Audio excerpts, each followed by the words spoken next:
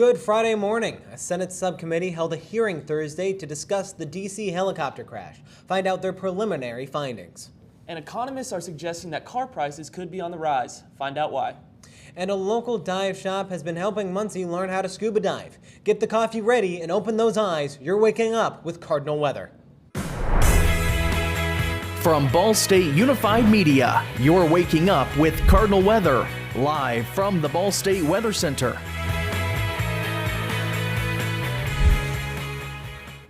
Good Friday morning to you. You're waking up with Cardinal weather. I'm Daniel Huber. And I'm Josiah Veen. Yesterday, a Senate subcommittee held a hearing over the NTSB report on the deadly collision between a commercial flight and military helicopter. The National Transportation Safety Board recently released preliminary findings about the cause of the collision. The plane, an Army helicopter, collided near Ronald Reagan Washington National Airport in January, killing the 67 people on board. During Thursday's hearing, the head of the Federal Aviation Administration said nearly all aircraft flying near Reagan Airport will be required to broadcast their position. The helicopter involved in the crash was equipped with that technology, but it was not transmitting. Las Vegas police have arrested a man who allegedly set fire to a Tesla service center last week. 36-year-old Paul Kim was arrested Wednesday on multiple charges, including arson, destruction of property, and possession of an explosive device. Police allege Kim set fire with Molotov cocktails. At least 5 vehicles were damaged in the incident, which police are calling a, quote, targeted attack. Kim is scheduled to appear in court Thursday afternoon. The FBI says Kim will also face federal charges. The Justice Department is considering merging two agencies, the Bureau of Alcohol, Tobacco, Firearms, and Explosives, with the Drug Enforcement Administration. That's according to a memo that was circulated by Deputy Attorney General Todd Blanche to top officials at the DOJ. 3 people who are familiar with the plan say the proposal is not final. Instead, it is part of a broader evaluation department officials are conducting that's looking into the department's operations. The ATF is regular focus on gun rights groups, which have opposed some of the Bureau's work to regulate guns. Some Trump allies want the ATF to be defunded. Merging the ATF with another agency would require congressional approval. Other proposals mentioned in the memo include making changes to the Justice Department's grant-making programs to make them more efficient. Well, happy Friday to you. Happy Friday. It was a cold walk today. Yeah, a little rainy. A little damp, but hey, we're moving, we're grooving, we're keeping it going, and we're going to toss it over to Jay for local. Yes, thank you, Daniel. Josiah, that moving and grooving is going to continue into the day. We've got warmer temperatures on the way. We see these initial showers and thunder showers. We've had rumbles of thunder through the area today. Those are going to move out throughout the morning hours, clearing out the skies for early afternoon, late morning, early afternoon. Current conditions, 50 Indianapolis, 48 up near Fort Wayne. Further down, further south you get, it's warmer, 63 Bloomington. Those temperatures are all going to rise as we get throughout the early morning into the late morning and early afternoon. Muncie 52.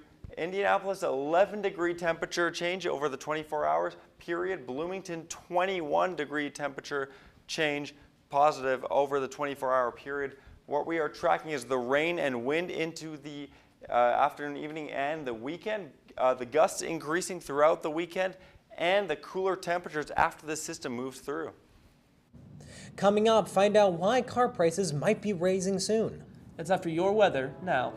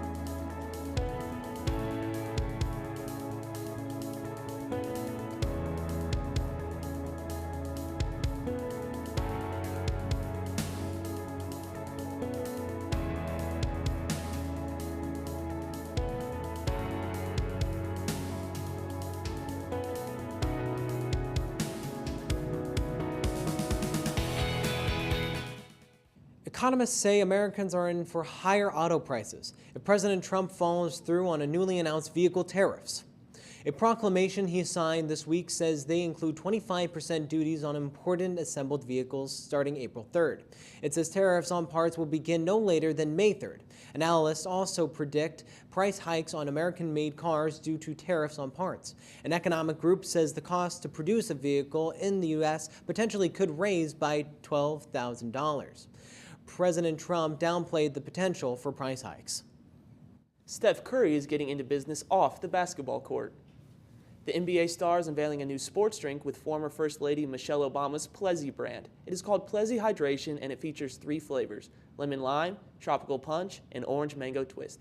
It is available on Amazon and at some grocery stores in California, which is where Curry's Golden State Warriors call home. The sports drink business is booming. It is expected to become a $33 billion market in the U.S. within the next 3 years, according to research firm Mintel. So are you much of an energy drinker? Sometimes I try to stay away. They hurt after a little bit. Yeah. So That's understandable. I'm more of a coffee and tea, but I might give it a try. We'll see what happens. And anyway, we're going to get $33 billion of reporting with Rachel for National. Thank you so much, you guys. Taking a look at our current temperatures right now within the states, we see within Muncie 51 degrees as it's still morning, 63 in the Central Plains, 63 in Kansas City, 64 down in Fort Worth, and 63 in Vegas. But for our highs, we see a warm-up. We see 77 within the Midwest, or the 70s within the Midwest portion, low 70s as well in the Central Plains, and 70s in the West as well. And for our current watches and warnings, we're going to start out in the eastern coast.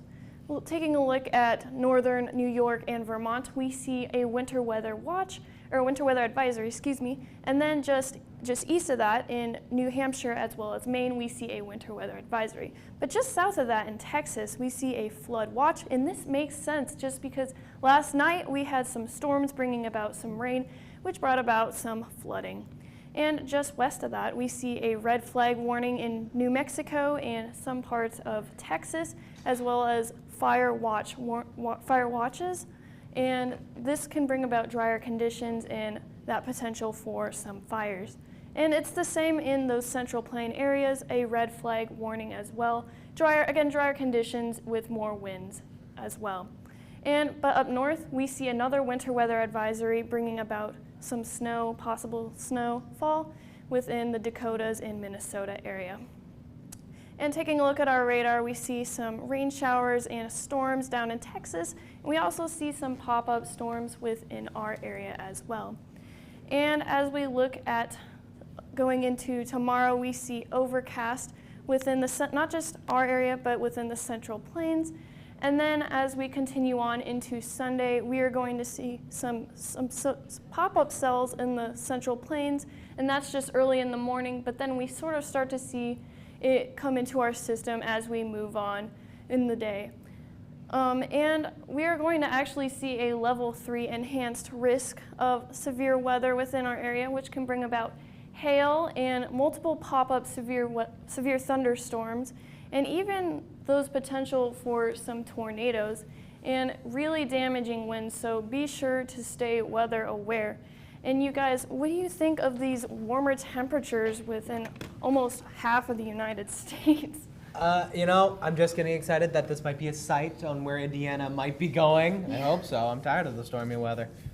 I hope they keep up. I'm going to be in Cincinnati on Sunday, so I'm very excited for that. Yes. Coming up, find out how local diving shop helps bring together the Muncie community. That's after your weather now.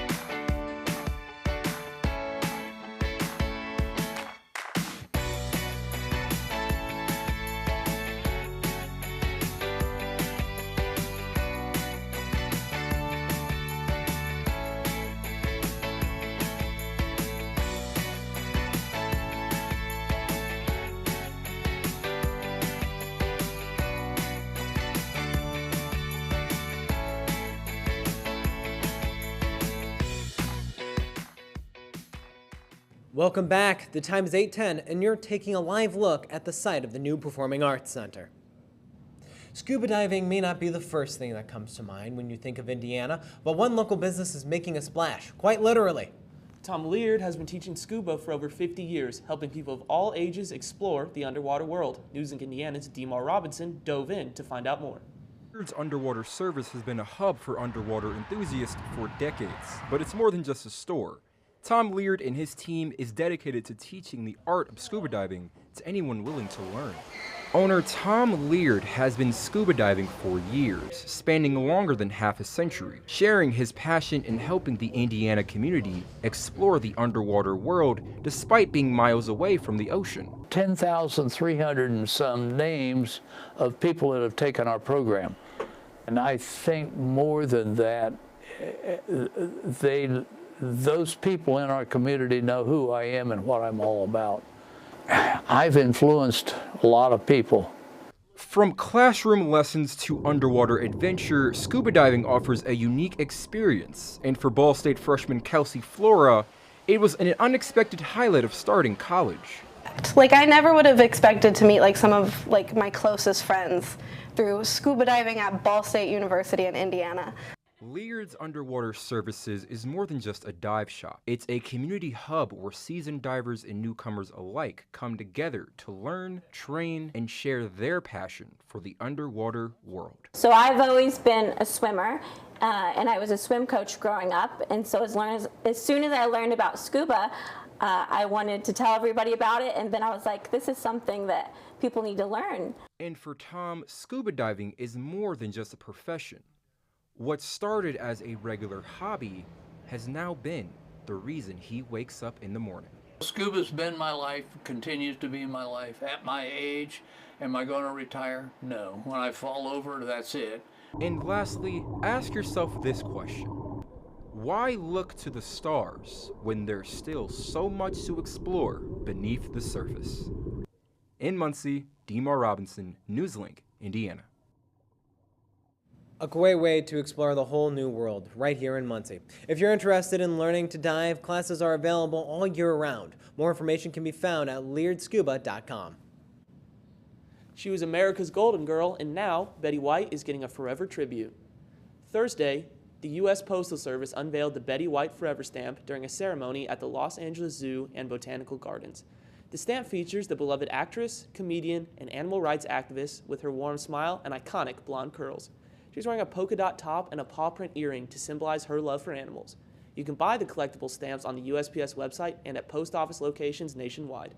White's career spanned over 6 decades. She was best known for starring in The Mary Tyler Moore Show, The Golden Girls, and Hot in Cleveland. She died in 2021, just weeks before her 100th birthday. A new study shows ancestors of modern iguanas might have been astounding sailors. It indicates they might have traveled about 5,000 miles by sea around 34 million years ago. The route from North America to Fiji might be the longest overwater journey by a non-human land vertebrate species. The researchers say genetic evidence suggests that ancient iguanas might have floated on vegetation.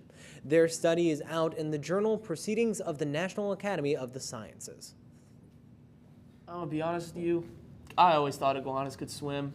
I didn't know they needed to make boats to go far distances, but Yeah, I'm gonna be honest. I feel like I'm actually with you on that. There you go. Yeah, I don't know. Well, anyway, maybe we can learn not about iguanas, but by weather from Jay.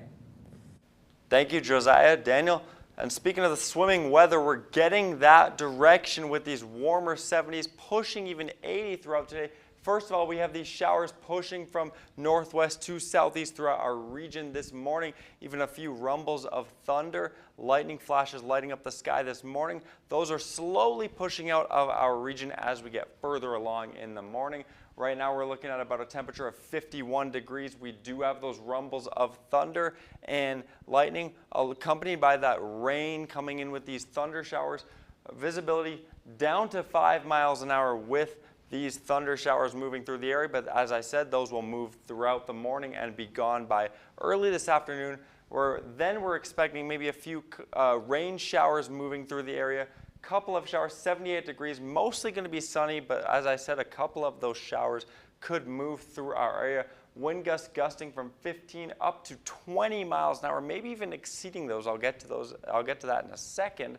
We have those wind gusts pushing through our area throughout the afternoon and evening. As we see here, these 30s, they get all the way through our area. The 30, possibly 30 mile an hour gusts gusting through our area, pushing northwards throughout much of the weekend before Saturday night. Eventually, those gusts get to the north, and we get those relief 10 mile an hour, maybe 15 mile an hour, and then eventually calmer after that. 63 degrees is our expected low tonight. Pretty warm for a low this time of the season. 20 gusting 25. Those southerly winds are bringing the warm, moist air, which we will eventually be seeing for that thunderstorm risk this weekend. I'll get to that in a second. But here is that precision cast, 11 a.m. Friday, pushing throughout the region, these showers throughout the day. And then the weekend, cloudy conditions. And then Sunday is when we really got to watch that possible thunder showers, thunderstorms, maybe even severe weather, as we see here with this enhanced risk. Anywhere in the orange, you really want to be paying attention for those conditions for severe weather. Mostly a large hail and damaging wind event at this time, but we could be seeing the tornado threat increase as some of those cams come into play throughout the next couple of days. So really something we want to keep an eye on here for anyone in that orange region for severe weather on Sunday. As I mentioned, Sunday 74 degrees, also for your Saturday 74 degrees. Warm weekend, and that system pushes through, bringing 49 degrees for your Monday as a low comes through and brings those much below seasonal conditions before an eventual back up to seasonal conditions for much of next week. And as I said, those warm conditions moving into the area this evening. Finally, a possibility to get outside and enjoy the weather this weekend. I really like the warm weather. I just hope the rain would not come with it. Yeah, we're really hoping it's not a washout. Yeah. Well, we'll see what things are looking like next week. How about that? Absolutely. Hopefully things get a little bit better. Coming up, catch up with our March Madness brackets. It's after your weather now.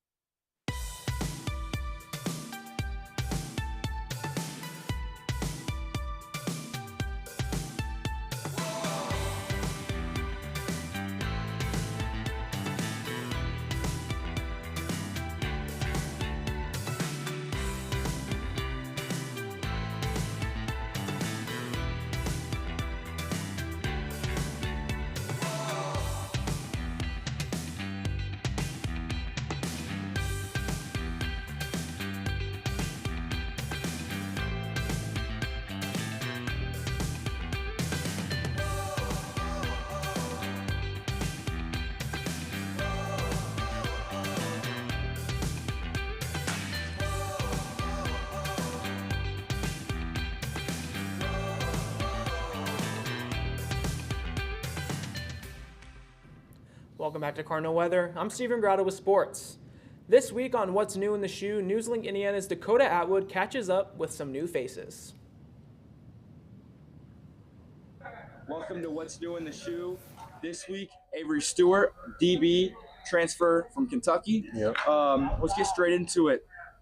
How happy are you to be at Ball State? I'm ecstatic. You know, Ball State brings a lot to me with the new coaching staff. They treat me like family, so I'm very happy to be here right now. And then you're in the off season, right? You're about 3 weeks into the off season, or spring ball, that is. How has the off season been, and then how's spring ball been? Off season been great. Got to learn a lot of new teammates. We've been competing every day, so the off season been great. What's Muncie been like for you off the field, right? I've talked to players, they love just going down one road and there being a bunch of food. Mm-hmm. But how has Muncie been for you? Muncie, I haven't really gotten out besides the facility. Like, I haven't really explored Muncie. You know, I've seen the campus. The campus is pretty. So I really got to get out more and see what Muncie has to bring. What is your favorite part of the off season? And I know we just talked about the off season. You said competing. If competing is your favorite part, what about competing makes it the favorite part of the off season? Well, my favorite part is really getting to learn all these new guys. I never met them before, so it's like I'm like a stranger to them. So learning them, learning their faces, their names, that's been my favorite part so far. And then you were at Kentucky in the SEC. How does playing in the SEC help you in that high level to play right now at the MAC? How does that experience help you? Coming out of high school, I didn't really know too much about concepts about football, but Kentucky had taught me a lot about concepts. So coming here, I know a lot about concepts and just trying to play fast and do my job. And then my last question is not really a question. The mic is yours. Say anything you want to say about the players. Shout out family. Shout out anybody. Mic is yours. Shout out my mama, my sister, and my dad. Again, special thanks to the football program's Avery Stewart for taking time to join us. So let's get right into it and talk men's March Madness. Obviously, we see 4 guys at the desk. Of course, I'm Jackson White. I'm Jace Miller. I'm Josh Gabbard. And this is us 4. So let's get right into it, talking NCAA men's bracket. Sweet 16 action just kicked off last night. First game, we're going to talk about Alabama taking on BYU. Alabama getting a massive win, 113-88. Yeah, big win. They set the NCAA record last night with 25 threes made. And to be honest, that's ridiculous because also the Indiana Pacers shot about the same amount, if not a little bit more. 60 or something yeah, like that? it's Crazy. Ridiculous. But last night's games were definitely nail biters, especially for those sports bettors out there that had money on there. Yeah, I think the Texas Tech Arkansas game going into overtime and Arkansas just falling short. Great first year for Calipari at Arkansas, though. It'll be interesting to see where he goes with that. Absolutely. It's definitely a big heartbreaker. You know, I'm a big heartthrob for a nice Cinderella story, and it's a little sad that the 10 seed couldn't go any further. But the last game of the night was the overtime thriller, and that's what everyone likes when it's March Madness. Everyone likes the game that goes to like 11 o'clock. But moving along now to our final 4 selections. Let's get right into it. And you see on this graphic here, we all picked 4 teams that are going to be on our final 4. Jace, take it away. I had Duke, Florida, Michigan State, and Kentucky right there. Duke, you can't go wrong with them. Cooper Flagg out there, obviously the #1 draft prospect in the country or just in the world. He dropped 30 last night, and it's kind of hard to lose when you're dropping 30 as the rest of that Duke roster is outstanding as well. And you know what? They're my pick to win the national championship right now.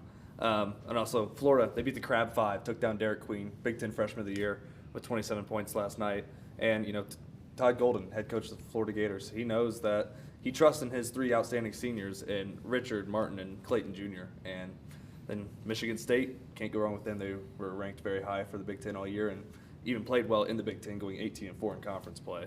And then Kentucky, I got to take an SEC school, so. You got to pick one. You got to pick one. But Josh, go ahead. Yeah, I have to agree with you on Kentucky. Those are my cats. Those are my cardiac cats. Otega Owe just has that effect and that nature. And then we barely beat Florida this year. Got to see Florida play first person, 106-100. That team can score, and they will outscore anybody.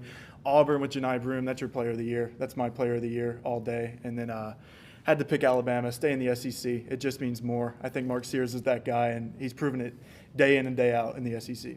Yeah, one thing that I picked a little different than you guys, I picked Houston to be in my Final 4. No one else here on this desk picked Houston. And they're a team that has been a constant in the tournament every single year. They're either a 1 or 2 seed every single year, and no one picked Houston. That was quite surprising.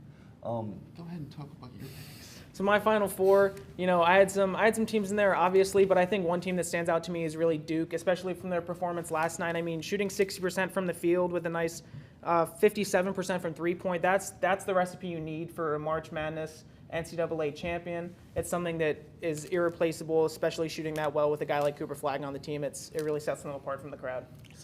So let's just look at it real quick. Obviously, we have to talk national champion.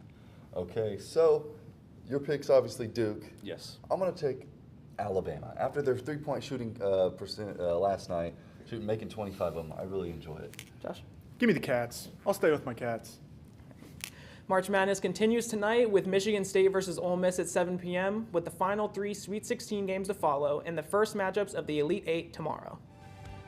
Coming up, check out our breakdown of tornadoes with this morning's Breaking Down the Science. That's after your weather now.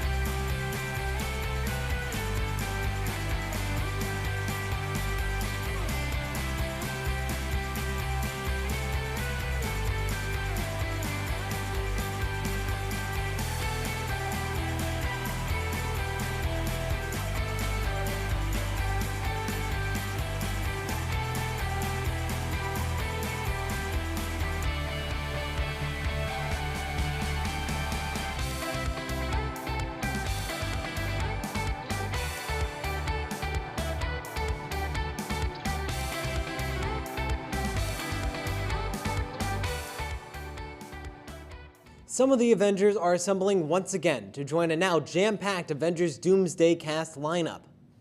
Marvel announced Wednesday some of the superheroes that will be featured in the next installment of the franchise. They include Chris Hemsworth as Thor, Paul Rudd as Ant-Man, Anthony Mackie as Captain America, and Sebastian Stan as the Winter Soldier. But the cast won't just feature returning Avengers favorites. It's also bringing in the X-Men. Patrick Stewart, Ian McKellen, James Marsden, and Rebecca Roman will reprise their roles. Avengers Doomsday hits theaters May 1st, 2026. And now we're going to go ahead and toss it to Aaliyah for breaking down the science. Thank you. Today's topic is pretty good for this time of year. We are going to be talking about seasonal shift.